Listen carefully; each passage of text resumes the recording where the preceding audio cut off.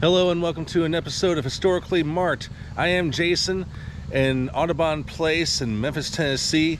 It is considered one of the great places to live in the Memphis area, and it has been that way for apparently over 70 years now, because when Elvis was making it big in the record industry, like as early as 1956, that was when his family moved here, and I'll show you the house. There's a historical marker here, plus I'll tell you a few more tidbits, so come with me. Alright, so as you can already tell, it is a very nice place. It's very quiet, except with me talking, but that's a little besides the point. Now, I do not know if anybody lives here, but I do know its history of owners. But here, I mean, it's obviously gated up, and I did read somewhere where the house was gutted because a lot of preservationists wanted to save the house. But I'll go ahead and read this marker real quick.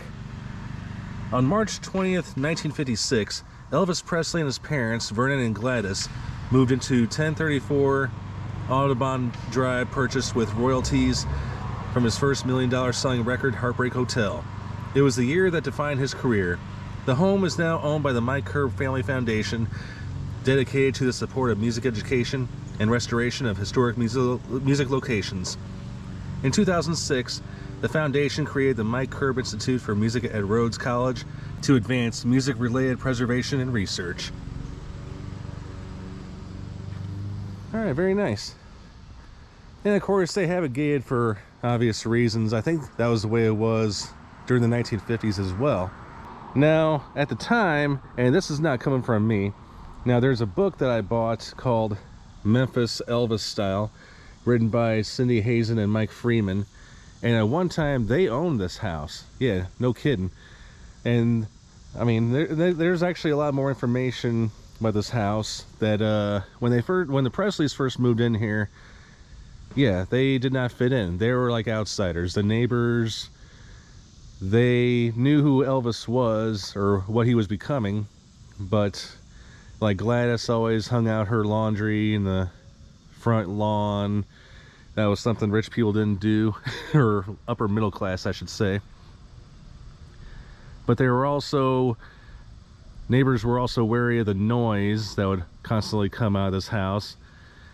And they knew Elvis was getting bigger, but as far as popularity.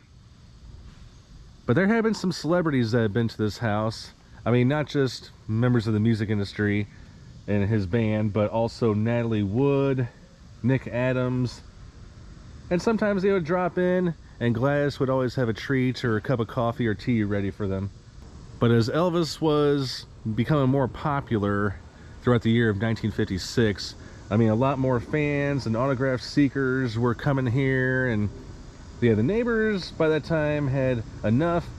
They all got together and offered to buy the Presleys' home until they discovered that Elvis was the only homeowner without a mortgage. But eventually, the family did decide to move. I mean, again, the crowds were just too much for the neighbors and for the Presleys to handle. Even when Elvis was away, fans would come to the house. And Gladys just did not know how to handle it. And, you know, who can blame her? I mean, but 10 years after they first moved in here, they moved to the Graceland mansion in March 1957, and of course that had the space that would provide them enough privacy. Now, the authors of that book I just showed you, they bought this in 1998, and then they decided to sell it in 2006, but they put it on eBay, and there were some people interested, and as the marker said, Mike Curb, the founder and owner of Curb Records, stepped in, and he donated the house to Rhodes College. But there was other other tidbits. But there's a pool in the back, but apparently, or there was a pool in the back. I don't know if it's still there. Of course, I can't go in there, or I can't go past that gate. See all the barbed wire and everything. So, the Presleys, pretty much, they were on their way to fame and fortune. Oh, well, mostly Elvis, obviously, but this was a big step in their lives. Well, a huge one in Elvis's. I mean, a man in his early 20s who did his parents proud.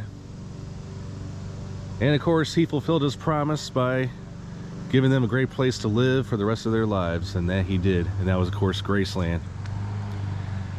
But this neighborhood, I mean, this is still pretty decent today. I don't know what the cost of living in this area is on Audubon, especially the surrounding areas here in Memphis, but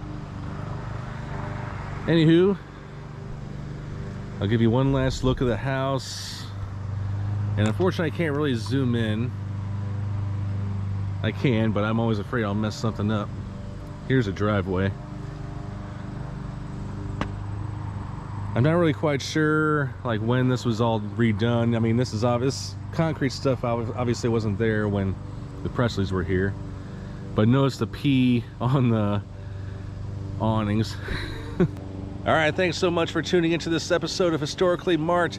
Hope you learned some trivial information about Elvis, the king of rock and roll, in this episode, as in some of my other Elvis-themed episodes. But I am Jason in Memphis, Tennessee, signing off.